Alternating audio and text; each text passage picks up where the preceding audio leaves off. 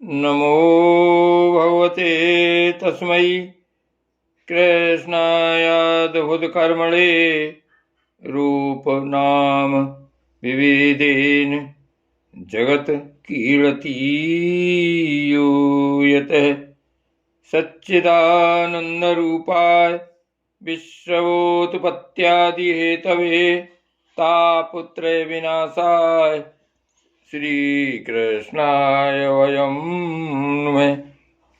श्रीमद्भागवत महापुराण तृतीय स्कंध 20वां अध्याय। ब्रह्मा जी की रची हुई अनेक प्रकार की सृष्टि का वर्णन। सौनक जी कहते हैं, सूत जी, पृथ्वी रूप आधार पाकर स्वयंभू मनु ने आगे होने वाली संतति को उत्पन्न करने के लिए किन किन उपायों का अवलंबन किया। विदुर जी बड़े ही भगवत भक्त और भगवान श्री कृष्ण के अनन्य स्वहृदय थे। इसीलिए उन्होंने अपने बड़े भाई धृतराष्ट्र को उनके पुत्र दुर्योधन के सहित भगवान श्री कृष्ण का अनादर करने के कारण अपराधी समझकर त्याग दिया था। वे महर्षि द्वैपायन के पुत्र थे और महिमा में उनसे किसी प्रकार कम नहीं थे तथा सब प्रकार भगवान श्री कृष्ण के आश्रित और कृष्ण भक्तों के अनुगामी थे। तीर्थ सेवन से उनका अंतःकरण और भी शुद्ध हो गया था। उन्होंने कुशावर्त क्षेत्र हरिद्वार में बैठे हुए तत्वज्ञानियों में श्रेष्ठ मैत्रेय जी के पास जाकर और क्या पूछा। सूत जी, उन दोनों में वार्तालाप होने पर श्री हरि के चरणों से संबंध रखने वाली बड़ी पवित्र कथाएं हुई होंगी, जो उन्हीं चरणों से निकले हुए गंगा जल के समान संपूर्ण पापों का नाश करने वाली होंगी। सूत जी, आपका मंगल हो। आप हमें भगवान की वे पवित्र कथाएं सुनाइए। प्रभु के उदार चरित्र तो कीर्तन करने योग्य होते हैं। भला ऐसा कौन रसिक होगा जो श्री हरि के लीलामृत का पान करते करते तृप्त हो जाए। नैमिषारण्यवासी मुनियों के इस प्रकार पूछने पर उग्रश्रवा सूत जी ने भगवान में चित्त लगाकर उनसे कहा, सुनिए। सूत जी ने कहा, मुनिगण, अपनी माया से बरहा रूप धारण करने वाले श्री हरि की रसातल से पृथ्वी को निकालने और खेल में ही तिरस्कार पूर्वक हिरण्याक्ष को मार डालने की लीला सुनकर विदुर जी को बड़ा आनंद हुआ और उन्होंने मुनिवर मैत्रेय जी से कहा। विदुर जी ने कहा, ब्रह्मन, आप परोक्ष विषयों को भी जानने वाले हैं, अतः यह बतलाइए कि प्रजापतियों के पति श्री ब्रह्मा जी ने मरीचि आदि प्रजापतियों को उत्पन्न करके फिर सृष्टि को बढ़ाने के लिए क्या किया। मरीचि आदि मुनीश्वरों ने और स्वयंभू मनु ने भी ब्रह्मा जी की आज्ञा से किस प्रकार प्रजा की वृद्धि की। क्या उन्होंने इस जगत को पत्नियों के सहयोग से उत्पन्न किया था? क्या उन्होंने इस जगत को पत्नियों के सहयोग से उत्पन्न किया या अपने अपने कार्य में स्वतंत्र रहकर अथवा सबने एक साथ मिलकर इस जगत की रचना की। श्री मैत्रेय जी ने कहा, विदुर जी, जिसकी गति को जानना अत्यंत कठिन है, उस जीवों के प्रारब्ध, प्रकृति के नियंता पुरुष और काल, इन तीन हेतुओं से तथा भगवान की सन्निधि से त्रिगुणमय प्रकृति में क्षोभ होने पर उससे महतत्व उत्पन्न हुआ। दैव की प्रेरणा से रजः प्रधान महतत्व से वैकारिक, सात्विक, राजस और तामस 3 प्रकार का अहंकार उत्पन्न हुआ। उसने आकाश आदि 5 तत्वों के अनेक वर्ग प्रकट किए। वे सब अलग अलग रहकर भूतों के कार्य रूप ब्रह्मांड की रचना नहीं कर सकते थे। इसलिए उन्होंने भगवान की शक्ति से परस्पर संगठित होकर एक सुवर्ण वर्ण अंड की रचना की। वह अंड चेतना शून्य अवस्था में 1000 वर्षों से भी अधिक समय तक कारणावधि के जल में पड़ा रहा। फिर उसमें श्री भगवान ने प्रवेश किया। उसमें अधिष्ठित होने पर उनकी नाभि से सहस्त्र सूर्यों के समान अत्यंत दैदीप्यमान एक कमल प्रकट हुआ, जो संपूर्ण जीव समुदाय का आश्रय था। उसी से स्वयं ब्रह्मा जी का भी आविर्भाव हुआ है। जब ब्रह्मांड के गर्भ रूप जल में शयन करने वाले श्री नारायण देव ने ब्रह्मा जी के अंतःकरण में प्रवेश किया, तब वे पूर्व कल्पों में अपने ही द्वारा निश्चित की हुई नाम रूपमयी व्यवस्था के अनुसार लोकों की रचना करने लगे।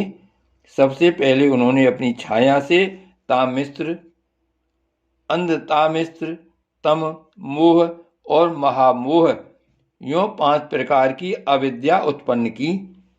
ब्रह्मा जी को अपना वह तपो में शरीर अच्छा नहीं लगा, अतः उन्होंने उसे त्याग दिया।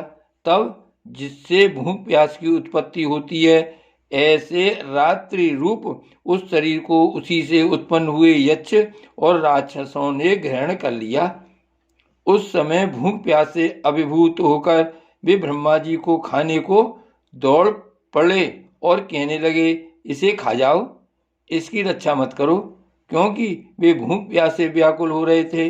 ब्रह्मा जी ने घबराकर उनसे कहा, अरे यक्ष राक्षसो, तुम मेरी संतान हो, इसलिए मुझे भक्षण मत करो, मेरी रक्षा करो। उनमें से जिन्होंने कहा खा जाओ वे यक्ष हुए, और जिन्होंने कहा रक्षा मत करो वे राक्षस कहलाए।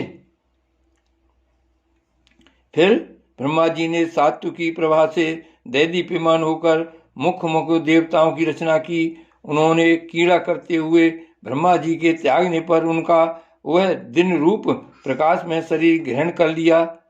इसके पश्चात ब्रह्मा जी ने अपने जगन देश से कामासक्त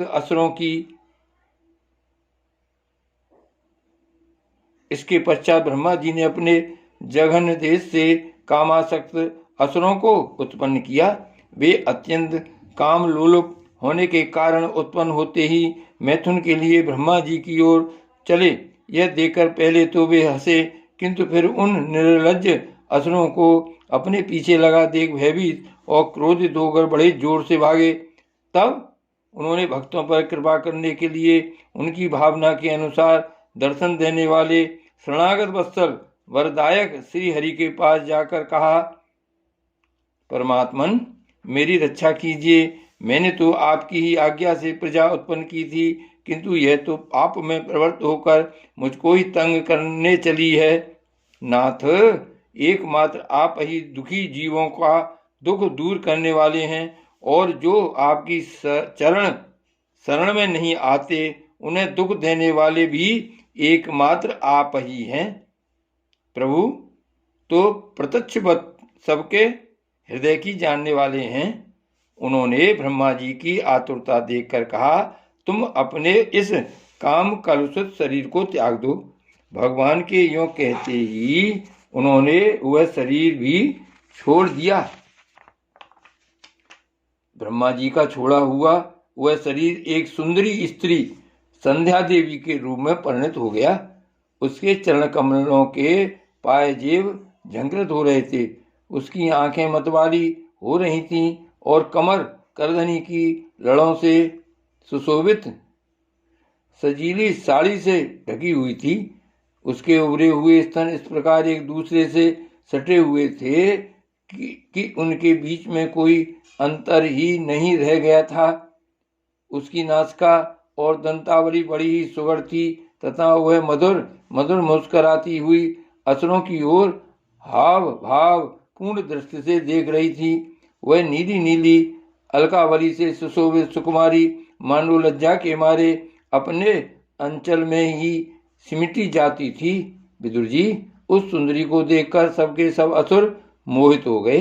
अहो, इसका कैसा विचित्र रूप, कैसा अलौकिक धैर्य और कैसी नई अवस्था है।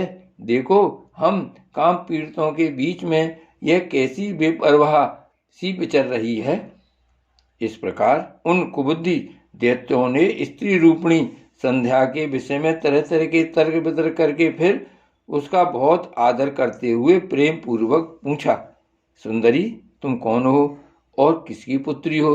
भामिनी, यहाँ तुम्हारे आने का क्या प्रयोजन है? तुम अपने अनूप रूप का यह बेमोल सौदा दिखाकर हम अभागों को क्यों तरसा रही हो? अबले तुम कोई भी क्यों न हो, हमें तुम्हारा दर्शन हुआ, यह बड़े सौभाग्य की बात है। तुम अपनी गेंद उछाल उछाल कर तो हम दर्शकों के मन को मथे डालती हो।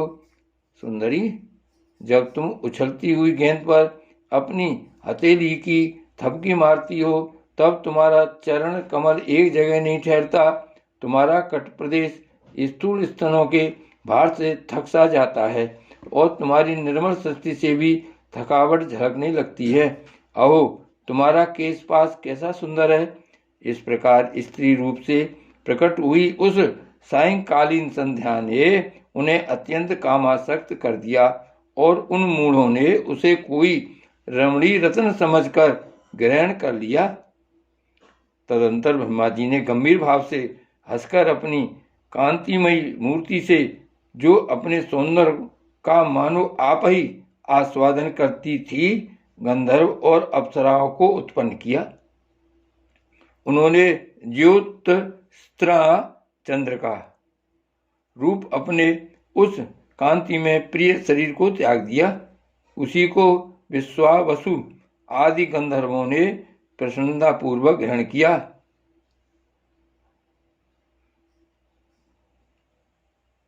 उन्होंने ज्योतिषना चंद्र का रूप अपने उस कांति में प्रिय शरीर को त्याग दिया।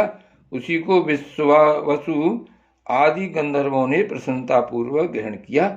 इसके पश्चात भगवान ब्रह्मा ने अपनी तंद्रा से भूत पिशाच उत्पन्न किए। उन्हें दिगंबर, वस्त्रहीन और बाल बिखरे देख उन्होंने आंखें मूंद लीं। ब्रह्मा जी के त्यागे हुए उस जमाई रूप शरीर को भूत पिशाचों ने ग्रहण किया। इसी को निंद्रा भी कहते हैं, जिससे जीवों की इंद्रियों में शिथिलता आती देखी जाती है। यदि कोई मनुष्य झूठे मुंह सो जाता है तो उस पर भूत पिशाचादि आक्रमण करते हैं। उसी को उन्माद कहते हैं। फिर भगवान ब्रह्मा ने भावना की कि मैं तेजोमय हूँ और अपने अदृश्य रूप से साध्यगण एवं पितृगण को उत्पन्न किया। पितरों ने अपनी उपस्थिति के स्थान उस अदृश्य शरीर को ग्रहण कर लिया। इसी को लक्ष्य में रखकर पंडित जन श्रद्धादि के द्वारा पितर और साध्य गणों को क्रमशः कव्य, पिंड और हव्य अर्पण करते हैं।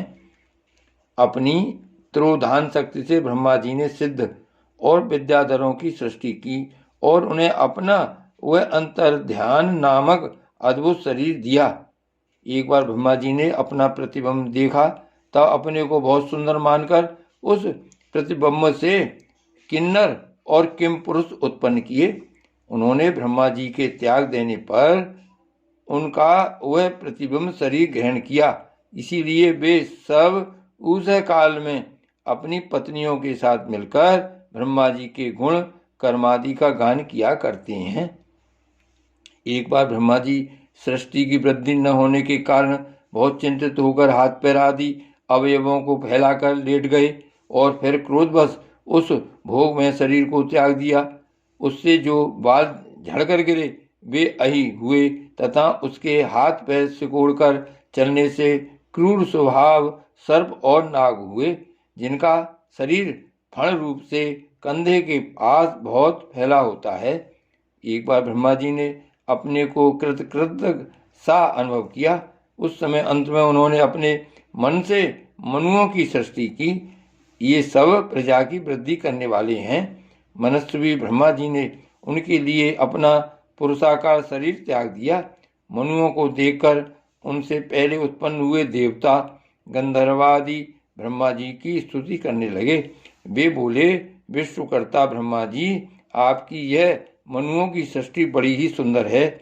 इसमें अग्निहोत्र आदि सभी कर्म अप्रतिष्ठित हैं। इसकी सहायता से हम भी अपना अन्न हविर्भाग ग्रहण कर सकेंगे। फिर आदि ऋषि ब्रह्मा जी ने इंद्रिय संयम पूर्वक तप, विद्या, योग और समाधि से संपन्न हो अपनी प्रिय संतान ऋषिगण की रचना की और उनमें से प्रत्येक को अपने समाधि, योग, ऐश्वर्य, तप, विद्या और वैराग्य में शरीर का अंश दिया। श्री भागवत भगवान की जय। इति श्रीमद्भागवते महापुराणे पारमहंस्यां संहितायां तृतीय स्कंदे विंशो अध्याय। श्री गोवर्धननाथ की जय। श्री वल्लभाधीश की जय। श्याम स्वरूप श्री यमुने महारानी की जय। श्री गोकुलनाथ की जय। जय जय श्री गोकुलेश, जय जय श्री गोकुलेश।